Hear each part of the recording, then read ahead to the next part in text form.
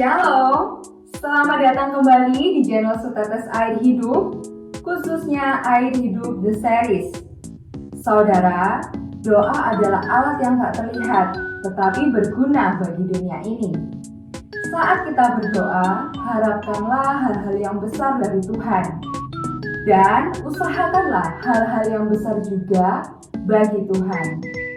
Jangan minta kepada Tuhan apa yang menurut Anda baik, tetapi mintalah kepadanya apa yang menurut Dia baik untuk Anda. Saudara sekalian, kita mau belajar untuk mengetahui kehendak Bapa dalam hidup kita. Bagaimana caranya? Yaitu dengan selalu hidup melekat kepada Dia dan selalu mengisi hati kita dengan kebenaran-kebenaran firman Tuhan. Amin. Sebelum menonton tayangan yang satu ini, jangan lupa like dan subscribe channel kami, dan nantikan Air Hidup The Series di episode-episode selanjutnya. Tuhan Yesus memberkati. Salam Metanoia Meno Peribateo. Ya, saudara, hari-hari ini saya bawa saudara untuk rohanimu naik level yang lebih tinggi. Ya, terus saya bawa terus naik ke rohani yang levelnya yang lebih tinggi. Ya, saudara yang nurut dengan anjuran Tuhan bukan anjuran saya, ya, karena yang saya sampaikan firman Tuhan bukan anjuran Bunda Esther. Saudara yang menurut dengan anjuran Tuhan, engkau akan rasakan lebih hari level rohanimu lebih naik. Dan ini harus terjadi terus lari kencang, saudara. Karena kedatangan Tuhan sudah tidak lama lagi. Ya, saudara, saya sudah siapkan beberapa hal dasar yang harus kita kerjakan untuk menjelang kedatangan Tuhan. Dan Tuhan katakan ini adalah satu hal yang penting. Tuhan katakan ini satu hal yang penting yang tidak akan terulang. Apa yang akan Tuhan sampaikan. Oleh karena itu, Tuhan tambahkan kepada saya, di awal sebelum engkau sampaikan hal-hal yang perlu dipersiapkan untuk kedatanganku, sampaikan dulu satu hal yang sangat penting. Apa itu Tuhan? Saudara, silahkan saudara yang mau foto, mungkin saya tidak beri kesempatan saudara tulis karena saya harus kejar waktu. Ya, saudara yang mau foto boleh foto di tempat duduk dengan cara di zoom, ya. Silahkan. Saudara, ketika kita mendengar firman Tuhan, itu kita harus perlu ngerti atau nangkep. Saya lempar bola ke Pak Herman harus bisa tangkap itu bola. Kalau Pak Herman tidak bisa tangkap itu bola yang saya lempar, bola itu akan jatuh. Dia tidak akan memegang bola itu. Karena dia tidak bisa tangkap bola yang saya lempar. Mengerti atau menangkap firman Tuhan ini perlu, saudara. Ya, mungkin bisa dibantu.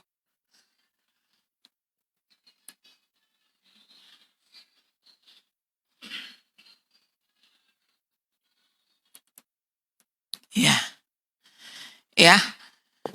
Jadi sampai mana tadi ya? Jadi untuk kita mendengar firman itu kita perlu ngerti, kita perlu nangkep, saudara. Next. Ada ayatnya, saudara. Mengapa pagi hari ini Tuhan suruh saya sampaikan ini dulu sebelum saya menyampaikan hal-hal yang penting dalam hidup saudara? Karena Tuhan mau kita semua bisa menangkap, mengerti apa yang saya sampaikan. Yohanes 8 ayat 43 katakan, apakah sebabnya kamu tidak mengerti bahasaku? Sebab kamu tidak dapat menangkap firmanku. Mengapa kamu tidak mengerti bahasaku, K besar? Sebab kamu tidak dapat menangkap firmanku. Saya sudah katakan di awal, menangkap firman, mengerti firman itu penting. Ini Ada ayatnya. Next.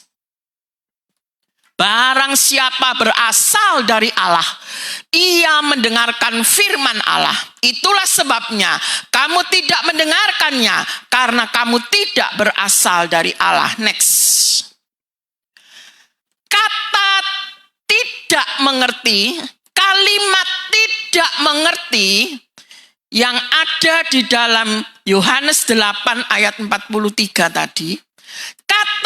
Kalimat tidak mengerti ini dalam Alkitab versi bahasa Inggris Amplified itu artinya salah mengerti. Alkitab versi bahasa Inggris ini mendekati terjemahan sebenarnya. Kata tidak mengerti ini kalau menurut Alkitab versi Inggris Amplified itu artinya salah mengerti. Kalau menurut Alkitab versi Inggris New International, tidak mengerti itu artinya bahasaku tidak jelas. Next. Sedangkan kata bahasa, ya, dalam bahasa aslinya, bahasa Yunaninya adalah tenlalian. Tenlalian. Ini adalah bahasa dalam bahasa Yunaninya. Artinya cara bicara. Cara bicara. Next. Dan kata menangkap, menurut Alkitab King James Version, itu artinya tidak dapat mendengar. Kalau Alkitab New King James Version, katakan tidak menyimak atau tidak memperhatikan, do not listen. Kalau menurut Alkitab versi Inggris Amplified, tidak tahan untuk mendengar atau telinga tertutup bagi pengajaran Yesus. Next. Jadi Yohanes 8 ayat 34 ini, apakah sebabnya kamu salah mengerti terhadap cara bicaraku, sebab kamu tidak dapat mendengar, tidak menyimak, tidak memperhatikan, telingamu tertutup bagi pengajaran Yesus. Ini Yohanes 8 ayat 34. Next. Jadi, berhati-hatilah saudara dalam mendengarkan firman Tuhan. Sebab itu saya paling tidak bisa menerima kalau ada orang mendengarkan firman Tuhan lalu tertawa sana sini. Ngomong sana sini. Ngantuk. Tidak berkonsentrasi. Next. Kalau sampai kita tidak dapat menangkap firman Tuhan dan kita tidak mengerti akan firman Tuhan yang disampaikan, maka next, Matius mengatakan, kepada setiap orang yang mendengar firman tentang kerajaan sorga, tapi tidak mengertinya, datanglah si jahat dan merampas yang ditaburkan dalam hati orang itu. Itulah benih yang ditaburkan di pinggir jalan. Jadi kalau kita mendengar firman, kita tidak ngerti, kita tidak bisa nangkep firman itu, maka firman itu dirampas. Saudara ngerti rampas itu apa? Mengambil secara paksa. Iblis akan datang kepadamu dan firman itu diambil secara paksa, dirampas, sehingga engkau tidak diumani apa-apun sedikit pun. Sia-sialah engkau datang ke tempat ini. Itu. Kalau kita tidak mengerti firman, tidak menangkap firman, Matius 13 katakan, iblis datang dan mengambil paksa, artinya merampas benih firman itu. Sehingga hati kita seperti tanah pinggir jalan. Next. Yohanes yang sudah kita baca tadi 4:3 mengatakan, barang siapa berasal dari Allah, ia mendengarkan firman Allah. Itulah sebabnya kamu tidak mendengarkannya, karena kamu tidak berasal dari Allah. Jadi kalau kita mendengar firman Tuhan, kita mengerti, kita menangkap, itu berarti kita berasal dari Allah. Karena kita ngerti suratnya, kita nangkep suratnya yang disampaikan. Berarti kita dari Allah. Tapi kalau kita tidak ngerti, kita tidak nangkep. Nah ini saudara. Next. Saudaraku, jadi sudah ada dua hal yang saya sampaikan kepada saudara tentang mendengarkan firman.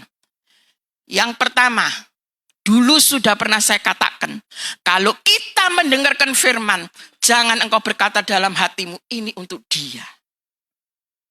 Kalau engkau berkata dalam hatimu, ini untuk dia, sesungguhnya kita sedang terjebak dalam Matius 7 ayat 1-2. Tapi kalau ketika engkau mendengar firman yang disampaikan, kau katakan itu untuk saya, maka sesungguhnya 1 Yohanes 1 ayat 9 akan terjadi dalam hidup saudara. Yang kedua, kita harus bisa menangkap firman Tuhan yang kita dengar, supaya kita mengerti dan firman itu akan bertumbuh dan berbuah dalam hidup kita. Dan hal ini menunjukkan bahwa kita berasal dari Allah. Sekarang saya akan sampaikan firman Tuhan. Seperti apa yang sudah saya katakan kepada saudara, saya akan susun ulang apa-apa yang perlu kita persiapkan menjelang kedatangan Tuhan. Next. Saudara, sebelumnya ada 3 hal basic atau 3 hal dasar yang harus terjadi dalam hidup orang percaya. Kalau 3 hal dasar ini tidak terjadi dalam hidup orang percaya, kita tidak akan bisa menanti kedatangan Tuhan sesuai dengan aturan Alkitab. Kita punya Alkitab itu lengkap. Aturan apa saja dalam hidup ini ada. Aturan rumah tangga, aturan mendidik anak, aturan keuangan, aturan bekerja, bisnis, aturan pergaulan, aturan apa saja saudara mau ngomong, aturan apa saja di Alkitab semuanya ada. Jadi kita harus punya 3 hal basic atau dasar ini dalam hidup orang percaya, supaya ketika saya sampaikan hal-hal yang perlu saudara persiapkan untuk menyambut kedatangan Tuhan, itu bisa masuk, saudara. Bisa saudara lakukan. Saya katakan di awal, hari-hari ini saya ajak saudara, saya bawa saudara naik ke level rohani yang lebih tinggi, lebih tinggi, lebih tinggi. Next. Yang pertama, pembaharuan pola pikir. Seperti yang sudah saya sampaikan, saya tidak akan jelaskan terlalu banyak, karena sesungguhnya ini hanya menjadi dasar yang harus kita ketahui. Pembaharuan pola pikir. Next. Pola pikir adalah fondasi. Seluruh tindakan kita, seluruh keputusan kita dipengaruhi, bahkan didikte oleh pola pikir. Karena pola pikir ini adalah fondasi. Next. Kita bangun rumah, fondasinya harus kuat. Dan saya percaya fondasi disesuaikan dengan keadaan rumah. Kalau rumahnya tingkat 15, fondasinya juga harus kuat. Kalau rumahnya sederhana, 1 lantai kecil, fondasinya juga tidak mungkin fondasi untuk bangunan tingkat. Pola pikir itu ini, saudara. Makanya setiap orang percaya harus punya 3 hal basic dalam hidupnya. Pola pikir itu ini. Next. Gaya hidup, pola hidup, perbuatan, kebiasaan, perkataan, semua itu diatur dari pola pikir. Next. Kalau pola pikirnya sudah baru, pasti gaya hidupnya sesuai Alkitab. Pola hidupnya sesuai Alkitab. Perbuatan-perbuatannya sesuai Alkitab. Kebiasaan-kebiasaannya sesuai Alkitab. Perkataannya sesuai Alkitab. Cara meresponi segala sesuatu sesuai Alkitab. Tujuan hidupnya sesuai Alkitab. Cara pandangnya sesuai Alkitab. Keputusan yang kau ambil sesuai Alkitab. Semua dalam aspek hidup kita sesuai Alkitab. Karena pikiran telah diperbarui. Disesuaikan dengan firman Allah. Sentral, pola pikir itu sentral. Jadi sentral itu harus sinkron dengan Alkitab. Karena Alkitab adalah standar hidup orang percaya. Pola pikir itu adalah sentralnya segala sesuatu. Dan sentral ini harus sinkron dengan Alkitab. Karena Alkitab itu standar hidup kita. Jadi pola pikir kita harus sinkron dengan Alkitab. Next. Setelah pola pikir kita diperbarui atau sinkron dengan firman Tuhan, maka kita baru dapat berbicara tentang kehidupan rohani. Kalau pikirannya ini belum sinkron sama Alkitab, bocak ngomong tentang pertumbuhan rohani sampai muru, ndak nyambung. Saudara. Karena belum sinkron. Next. Mengapa pola pikir harus diperbarui? Firman Allah sebagai alat transformasinya, saudara. Next. Karena gelap tidak bisa bersatu dengan terang. Pola pikir kita yang lama itu kita masih pakai polanya duniawi. Kita masih pakai patron duniawi. Itu pola pikir kita yang lama. Dan duniawi dengan surgawi, gelap dan terang ini tidak bisa dicampur, saudara. Dan duniawi dan surgawi tidak bisa sinkron. Saudara mencoba untuk menyinkronkan bagaimanapun juga antara duniawi dan surgawi tidak bisa sinkron. Duniawi harus dirubah dulu menjadi ini. Baru kita bisa berbicara tentang pertumbuhan rohani. Tapi kalau di dalam kita abu-abu, ada duniawi, ada surgawi, tidak bisa. Karena gelap tidak bisa bersatu dengan terang. Ada ayatnya. 2 Korintus 6 ayat 14. Jangan abu-abu, saudara. Kalau kita abu-abu, kita akan dimuntahkan. Kitab Wahyu katakan orang yang suam-suam akan dimuntahkan. Kalau duniawi, duniawi. Kalau surgawi, surgawi. Pilih salah satu. Next. Pola pikir yang sudah diperbarui dengan kebenaran-kebenaran firman Tuhan akan mengakibatkan perubahan dalam arah hidup, gaya hidup, sikap hati. Jadi orang yang sudah diperbarui pola pikirnya itu terjadi pembaharuan secara total.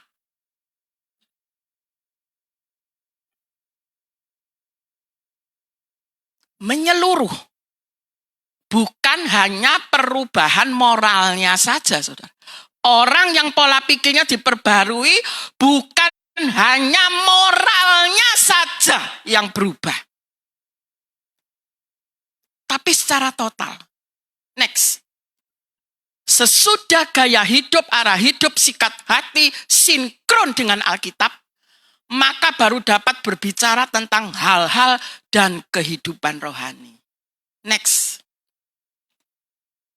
Basic yang kedua, dasar yang kedua yang harus ada dalam hidup orang percaya, yaitu syarat mengikut Yesus. Next. Ada 3 syarat menjadi murid atau pengikut Kristus. Next.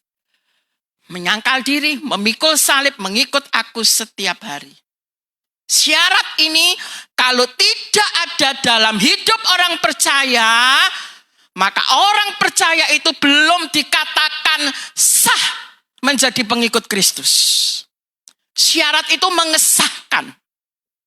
Saudara bisa berbahasa Indonesia, saudara bisa nyanyi Indonesia Raya, saudara bisa apal Pancasila, saudara sah menjadi warga negara Indonesia. Kalau engkau tidak memenuhi syarat ini dalam hidupmu, engkau belum sah disebut pengikut Kristus.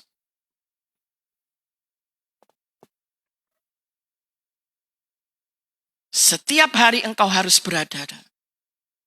Itu baru engkau dikatakan sah. Orang percaya pengikut Kristus. Next. Basic yang ketiga, basic yang terakhir. Yang harus ada dalam hidup orang percaya. Next. Tidak bersahabat dengan dunia. Next. Tidak bersahabat dengan dunia ini juga merupakan basic yang penting. Karena hal ini menentukan status hubungan kita dengan Tuhan.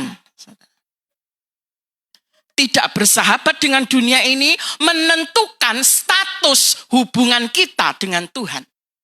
Next. Next, saudara sudah hafal ayat ini? Next.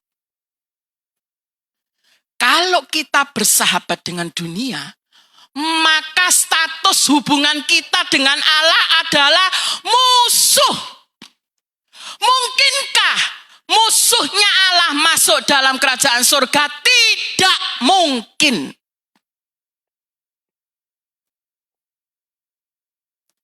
Kalau kita masih bersahabat dengan dunia, status kita musuhnya Allah. Masukkah ke dalam surga musuhnya Allah? No. Tidak mungkin. Status ini perlu. Next. Sebelum berbicara tentang masuk ke dalam kerajaan surga, maka status hubungan kita dengan Allah harus damai dulu. Harus dibetulkan dulu dengan cara tidak bersahabat dengan dunia. Next. Oleh karena itu, buanglah segala keindahan-keindahan dunia, kecantikan-kecantikan dunia, kecintaan-kecintaan dunia, kesenangan-kesenangan dunia, gemerlapnya dunia, menariknya dunia, hobi-hobi yang duniawi. Buang itu. Karena itu akan mempengaruhi status hubunganmu dengan Allah. Buang segala hal-hal yang keduniawian dalam hidup kita. Next. Sekarang kita akan masuk pada hal-hal yang kedua kalinya berdasarkan 3 basic tadi. Artinya berdasarkan aturan firman Tuhan. Jadi saya tidak mengajarkan, saya tidak menganut persiapan menyongsong hari Tuhan yang ada di luar Bible. Yang saya sampaikan semua yang ada di dalam Bible. Next, yang pertama. Bertobat. Kalau saudara ingin masuk surga, kalau engkau mau bersiap-siap menyongsong hari kedatangan Tuhan, harus bertobat. Ada ayatnya. Bertobatlah. Sebab kerajaan surga sudah dekat. Kalau standar hidup kita bilang bertobatlah sebab kerajaan surga sudah dekat, kita harus bertobat. Harus. Kalau tidak, engkau tidak akan masuk kerajaan surga. Next. Yang namanya dekat itu yang atas atau yang bawah, saudara? Ini finish. Kerajaan surga. Ini kerajaan surga itu sudah dekat dengan finishnya. Makanya Tuhan ngomong sama kita, bertobat toh. Karena ini sudah dekat dengan finish. kerajaan sorga sudah dekat. Saya tidak berbicara terlalu banyak karena ini sudah pernah saya bicarakan. Next. Pertobatan yang dimaksud di sini adalah pertobatan metanoia. Pertobatan yang disertai perubahan pola pikir, bukan pertobatan karena jerah. Pertobatan karena jerah itu begini. Saudara melakukan dosa, Tuhan memberikan hukuman, kemudian kita lorone rek kuapok wis pisan iki tok aku nglakokno dosa kok ngene. Kapok aku, kuapok pok wis pisan iki tok aku nglakokno dosa kaya ngene. Suatu saat percaya saudara, percayalah suatu saat engkau akan jatuh lagi. Karena pertobatanmu berdasarkan jerah atau kapok. Bukan berdasarkan pola pikir yang diperbarui. Oleh sebab itu saya katakan di awal tadi, bahwa perubahan pola pikir itu basic atau dasar. Karena pertobatan jerah itu bisa kambuh. Next.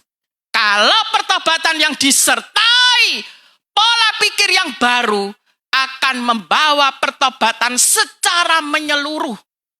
Arah hidup kita berubah, gaya hidup kita berubah, sikap hati kita berubah.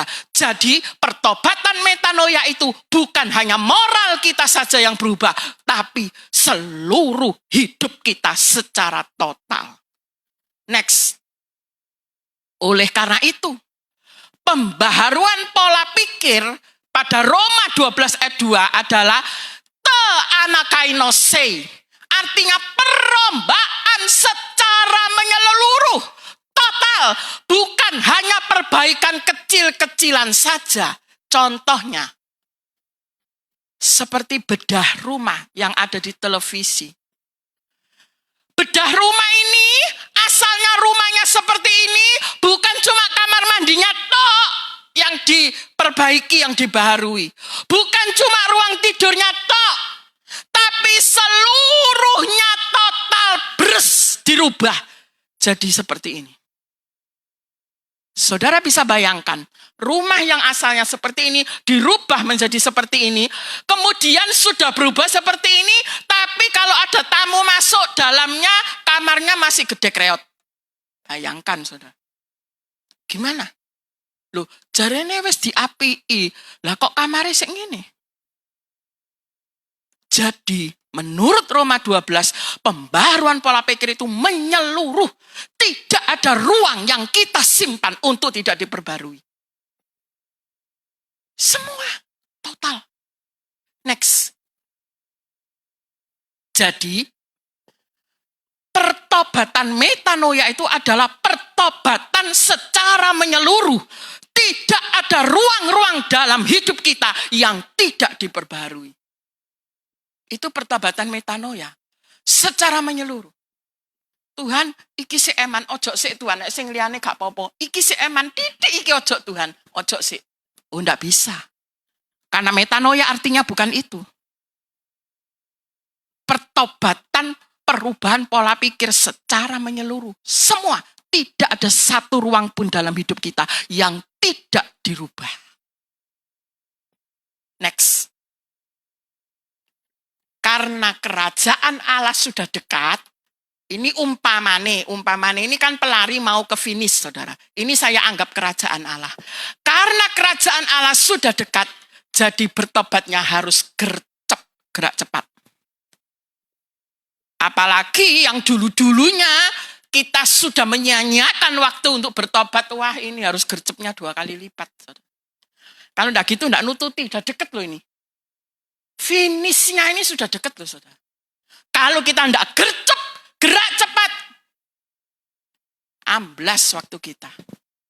Apalagi yang lalu-lalu kita tidak menggunakan waktu kesabaran Tuhan untuk bertobat dengan baik. Ini harus kejar, cepat 2 kali lipat. Saudara.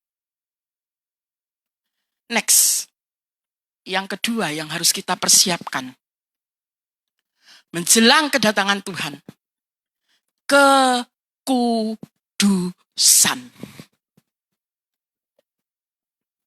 Next. Saudara, kekudusan itu mutlak dan harus.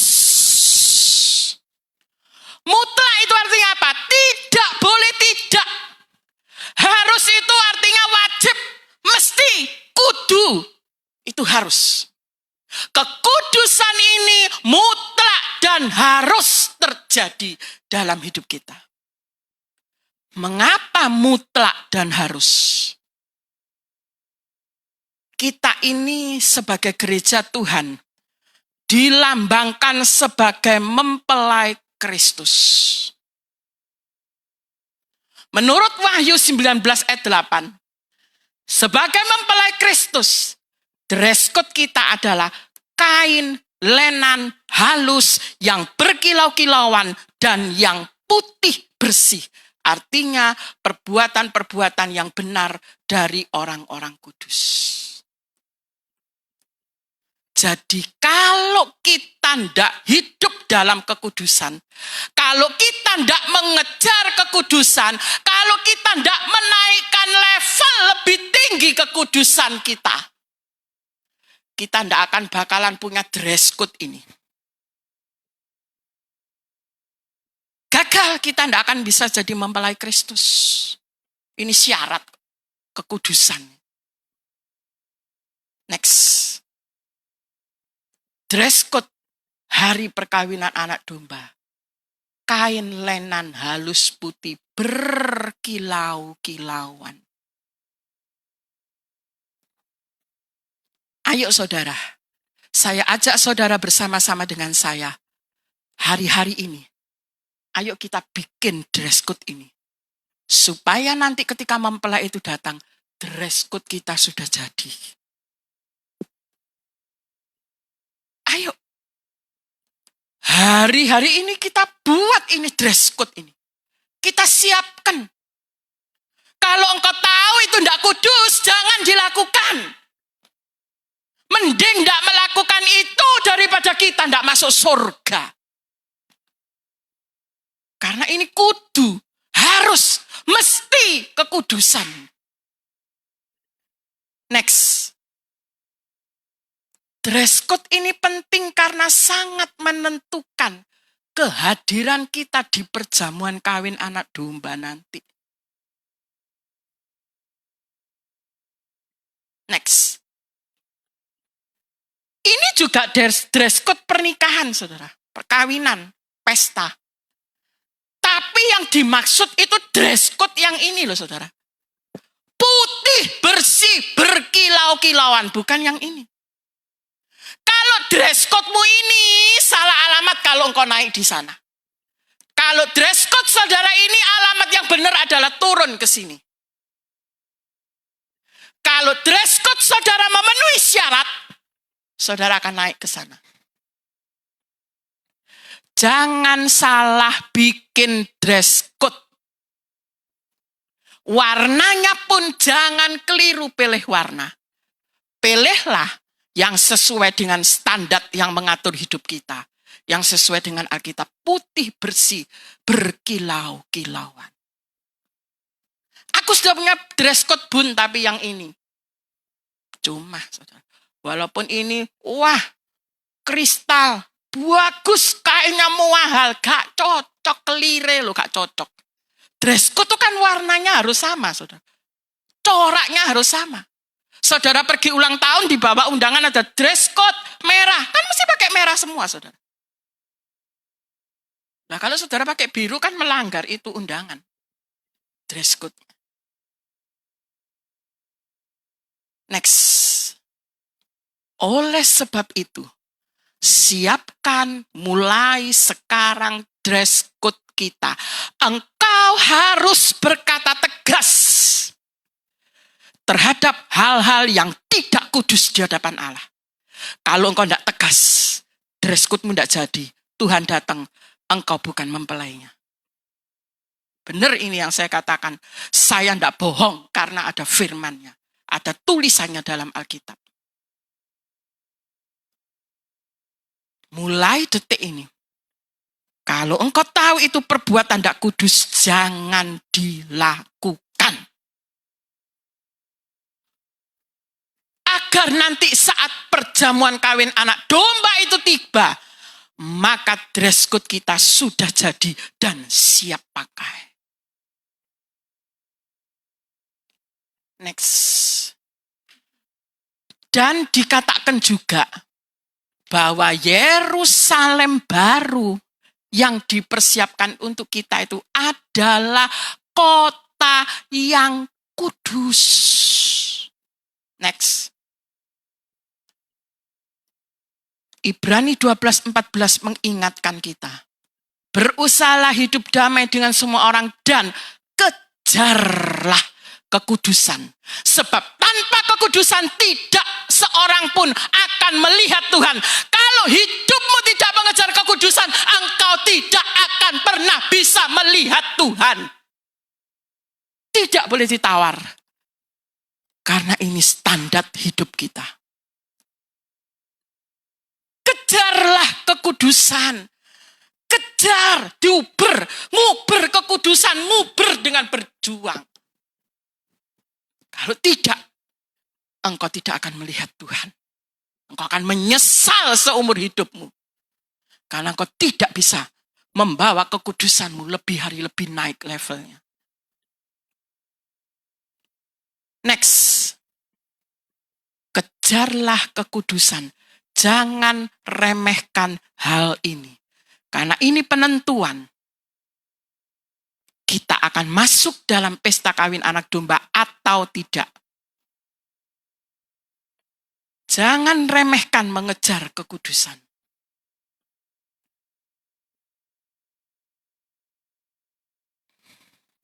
Next. Dalam surat-surat Paulus di Korintus, di Efesus, di Filipi, di Kolose, di Tesalonika, di Timotius, bahkan Petrus juga menulis tidak bercacat celah pada hari kedatangan Tuhan. Next. Tidak ada pengantin yang ingin tampil dengan wajah cacat celah seperti ini. Tidak ada. Tidak ada pasangan kemanten itu yang kepingin nanti di hari pestanya kayak gini. Cacat celah.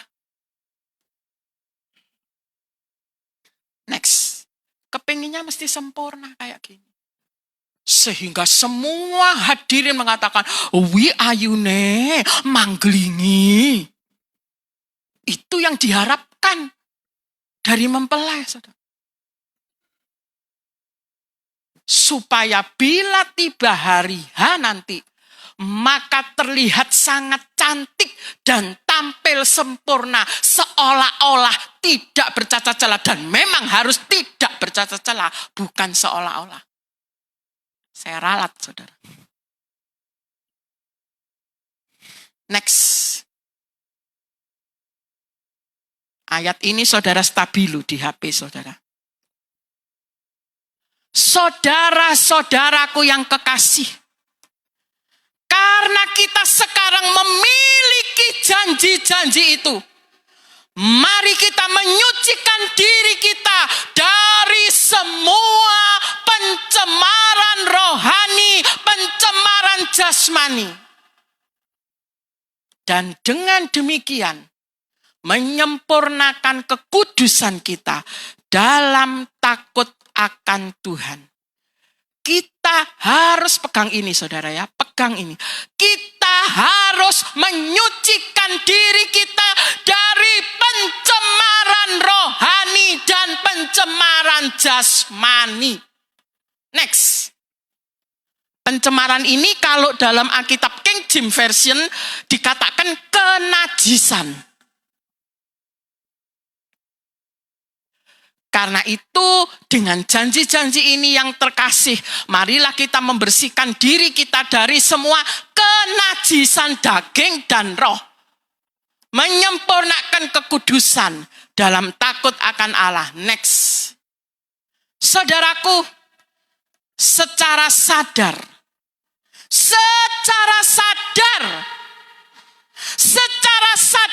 kita pasti tidak mau ada kenajisan yang menempel pada diri kita. Karena najis itu kotor, jijik.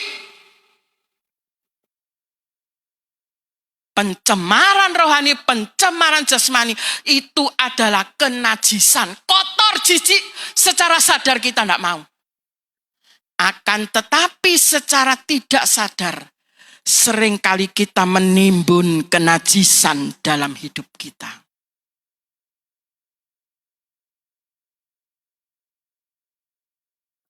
Kalau sadar, lihat najis itu jijik, kotor. Tapi secara tidak sadar, seringkali apa yang kita lihat jijik, kotor, itu tertimbun dalam hidup kita. Karena pelanggaran-pelanggaran ketidakkudusan kita. Next. Jadi, jika segala sesuatu ini akan hancur secara demikian, betapa suci dan salehnya kamu harus hidup. Segala sesuatu ini sudah dekat loh kehancurannya. Petrus ingatkan kita, betapa suci dan salehnya kita harus hidup. Next. Kudus itu definisinya adalah kita dipanggil, dipisahkan dari yang lain untuk dibawa naik lebih tinggi ke arah Kristus sesuai dengan standarnya. Ini artinya kudus.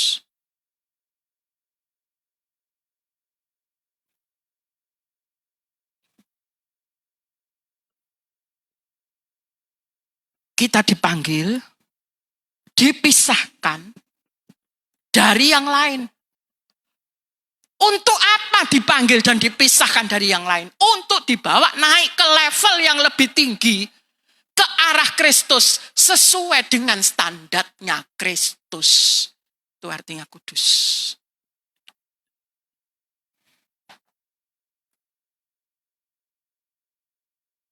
Next. Saudaraku, janganlah kita menjadi orang Kristen yang bercacat celah. Melainkan jadilah orang Kristen yang orisinil. KW1. Bukan KW2, KW3. Karena KW2, KW3 itu ada cacatnya. Jadilah orang Kristen yang orisinil. Yang KW1 nanti ketika Tuhan datang. Next. Jadi, kekudusan menentukan apakah orang Kristen itu ori, KW1 atau KW2 atau KW3.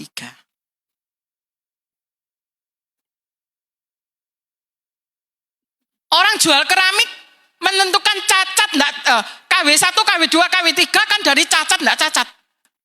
Ada retaknya dikit KW2. Ada gopelnya banyak KW3. Cacatnya itu yang menentukan KW2 atau KW3. Atau tidak bercacat sama sekali KW1, ori.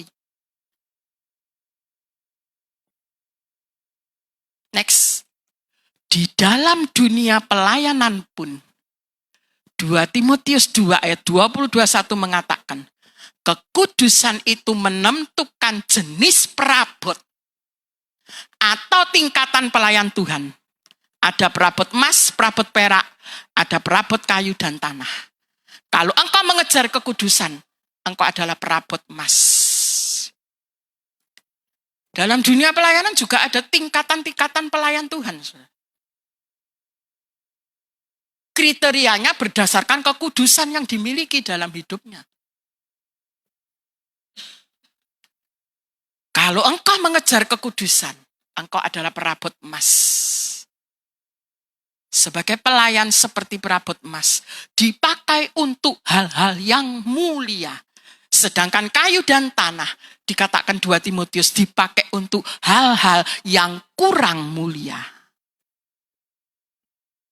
Jadi dalam pelayananmu, engkau emas, perak, kayu dan tanah, itu yang menentukan kekudusanmu.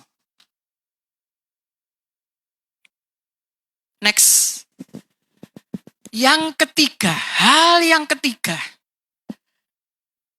Kalau kita mau masuk dalam kerajaan surga, kalau kita mempersiapkan diri menyongsong kedatangan Tuhan, hal yang ketiga, pastikan nama kita tertulis dalam buku kehidupan. Pastikan dulu ini, saudara.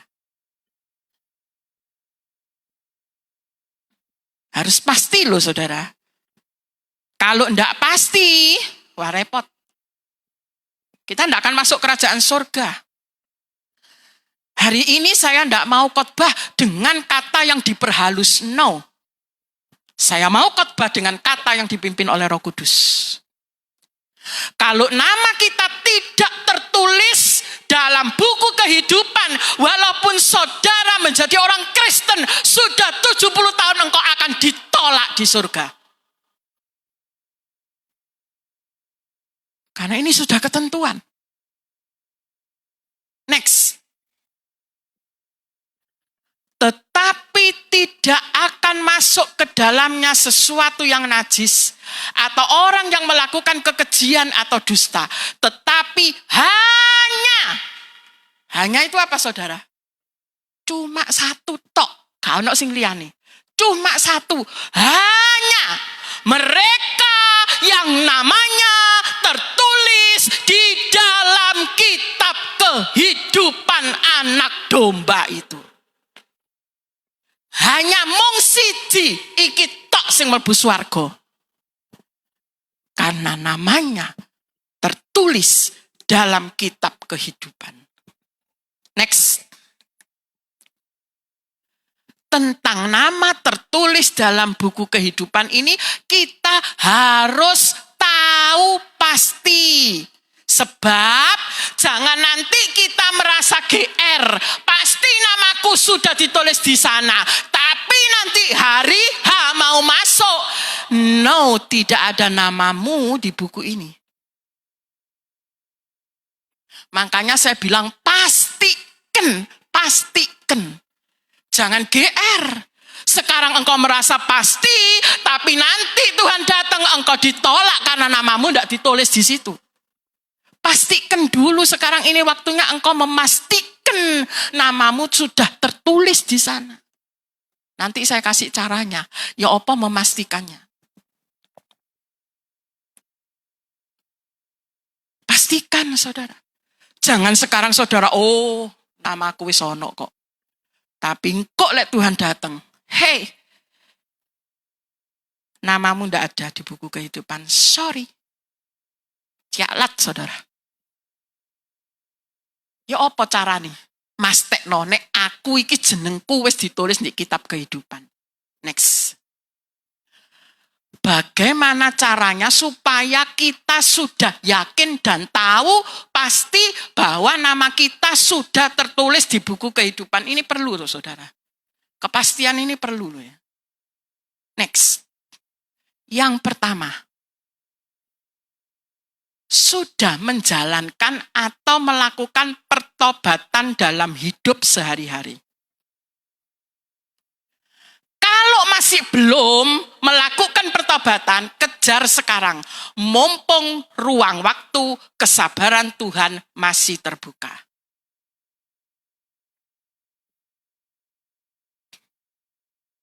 Ini memastikan nama kita sudah ditulis apa belum, saudara?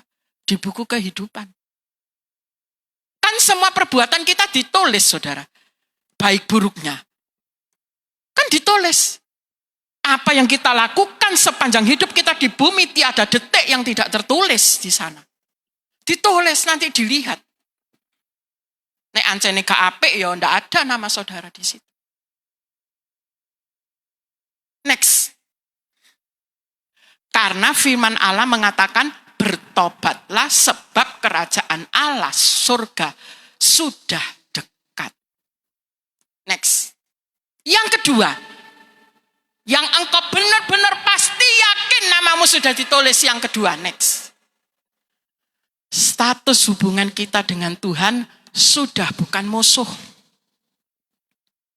Lek misi musuh, ndak mungkin nama saudara tertulis di dalam buku kehidupan. Makanya saya ulangi lagi. Buangen saudara, semua ini loh buangen. Semua ini, gara-gara semua ini, nama kita tidak tertulis dalam buku kehidupan. Saudara sekarang masih punya watak duniawi apa? Masih punya perbuatan duniawi apa? Masih cinta keindahan duniawi apa, saudara? Buangen, saudara. Semua itu buangen. Lek iki jek ono nama kita ndak tertulis loh, saudara.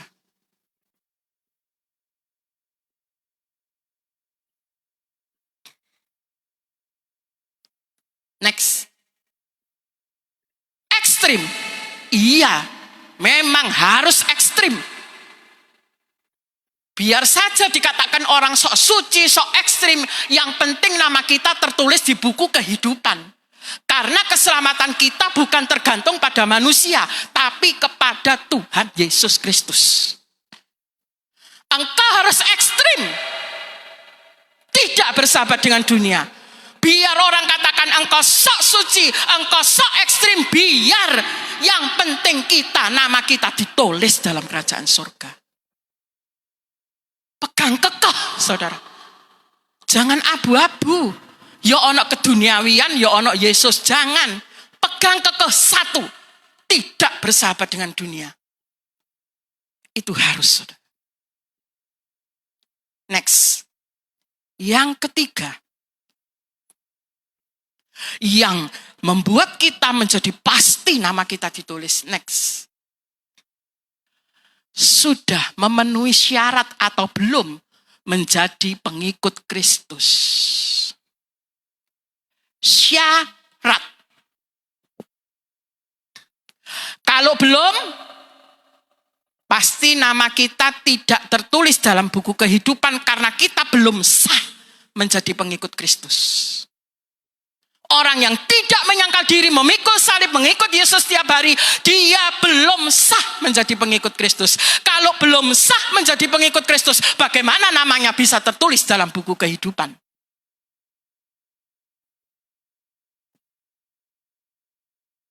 Yang berikutnya. Next. Yang keempat. Next. Melakukan kehendak Bapa yang di sorga. Next. Bukan setiap orang yang berseru kepadaku Tuhan, Tuhan akan masuk dalam kerajaan surga. Melainkan dia yang melakukan kehendak Bapa-Ku yang di sorga.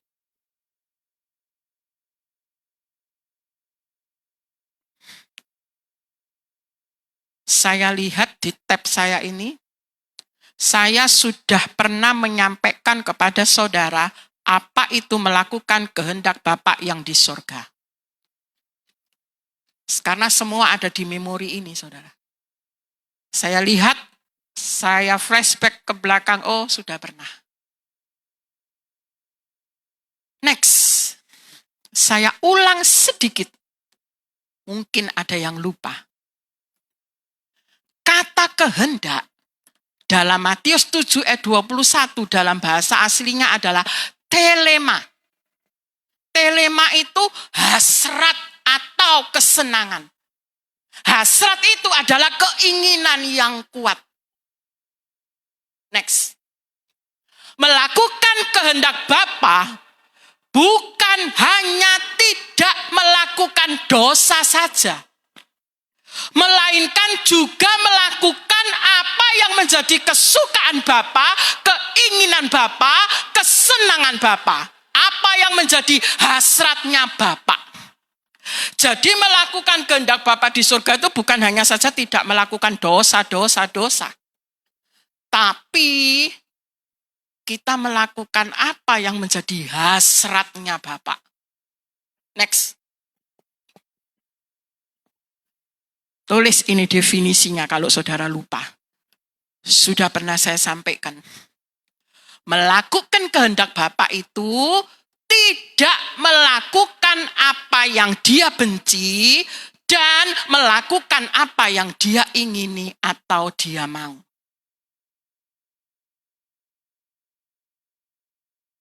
Ini definisi melakukan kehendak Bapa.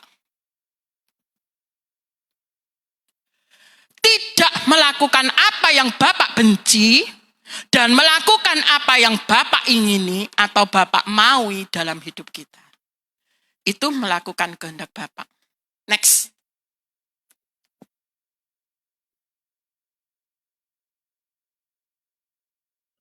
Kalau kita melakukan kehendak Bapak, kita harus ngerti dulu apa itu kehendak Bapak. Mana kita bisa melakukan kehendak Bapak kalau ngerti aja enggak? Melakukan kehendak Bapak ini kita harus ngerti dulu apa itu kehendak Bapak. Untuk ngerti apa itu kehendak Bapak, kita harus punya kepekaan. Untuk punya kepekaan, belajar kebenaran dan membangun keintiman. Kebenaran apa? Firman Allah. Keintiman dengan siapa? Dengan Tuhan. Jadi melakukan kehendak Bapak itu kita harus ngerti apa itu kehendak Bapak. Kalau kita mau ngerti, kita harus peka dengan Bapak. Kepekaan ini kita peroleh dari belajar kebenaran firman Tuhan dan membangun keintiman dengan Tuhan. Next.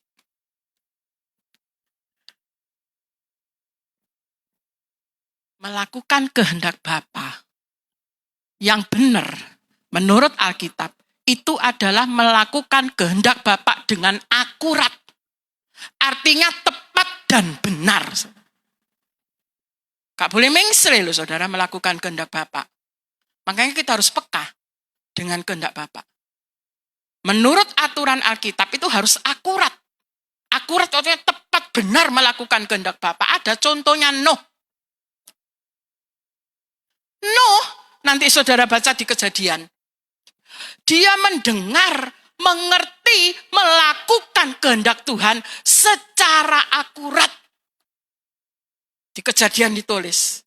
Maka Nuh melakukan tepat seperti apa yang Tuhan perintahkan. Tepat. Jenis kayunya, Tuhan sudah ngomong, jenis kayu yang buat bangun bahtera nanti kayu gofir. Ukurannya yang tingkat atas kamarnya sekian kali sekian. Modelnya bagaimana? Itu Nuh tepat mendengar suara Tuhan. Dan dia lakukan tepat akurat dengan suara Tuhan. Jadi bahtera yang dibikin oleh Nuh itu ukurannya, bahannya, modelnya, semuanya itu akurat dengan kehendak Tuhan. Dengan apa yang Tuhan sampaikan kepada Nuh. Mengapa ini terjadi dalam hidupnya Nuh? Karena Nuh punya gaya hidup bergaul dengan Tuhan. Gaya hidup yang sudah diperbarui. Kenapa Nuh bisa secara akurat? Benar saudara, Nuh bisa akurat dengar kehendak Tuhan. Karena hidupnya bergaul dengan Tuhan. Berarti sangat intim. Jadi dia sudah sangat peka. Dia sudah terbiasa mana suara Tuhan, mana kehendak Tuhan, dan mana yang bukan. Karena Alkitab mencatat Nuh hidup bergaul dengan Tuhan.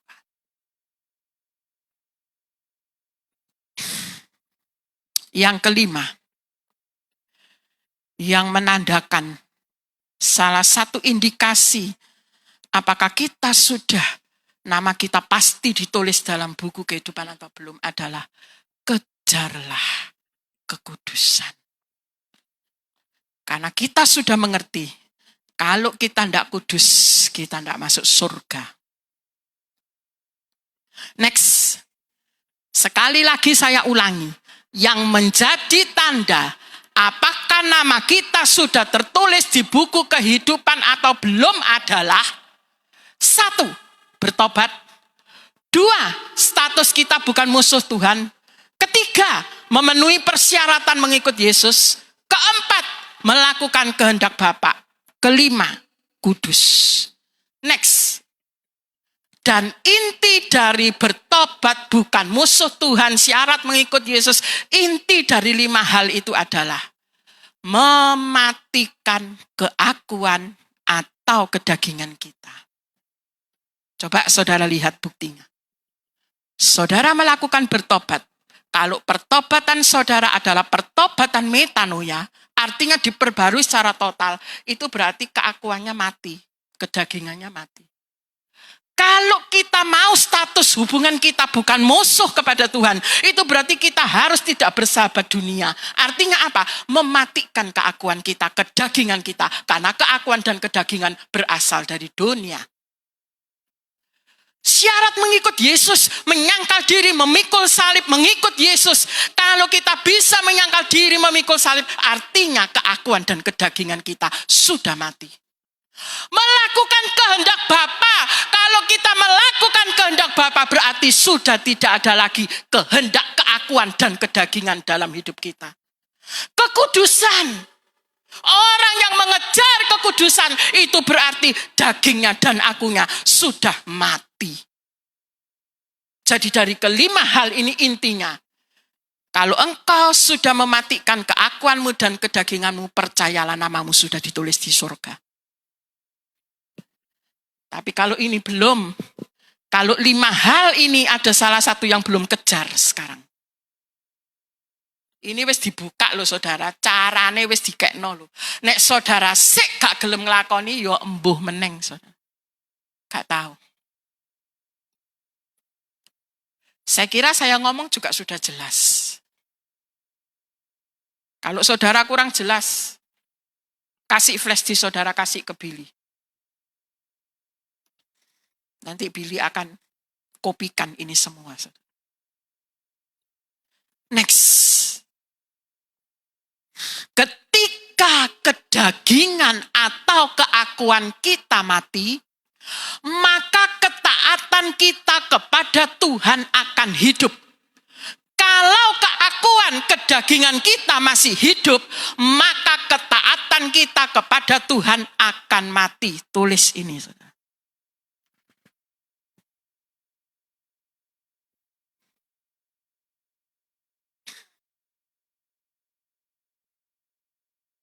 Ketika kedagingan atau keakuan kita mati, maka ketaatan kita kepada Tuhan akan hidup.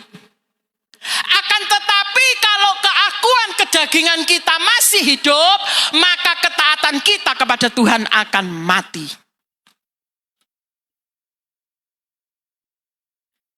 Dan orang yang tidak taat kepada Tuhan tidak mungkin masuk dalam kerajaan surga.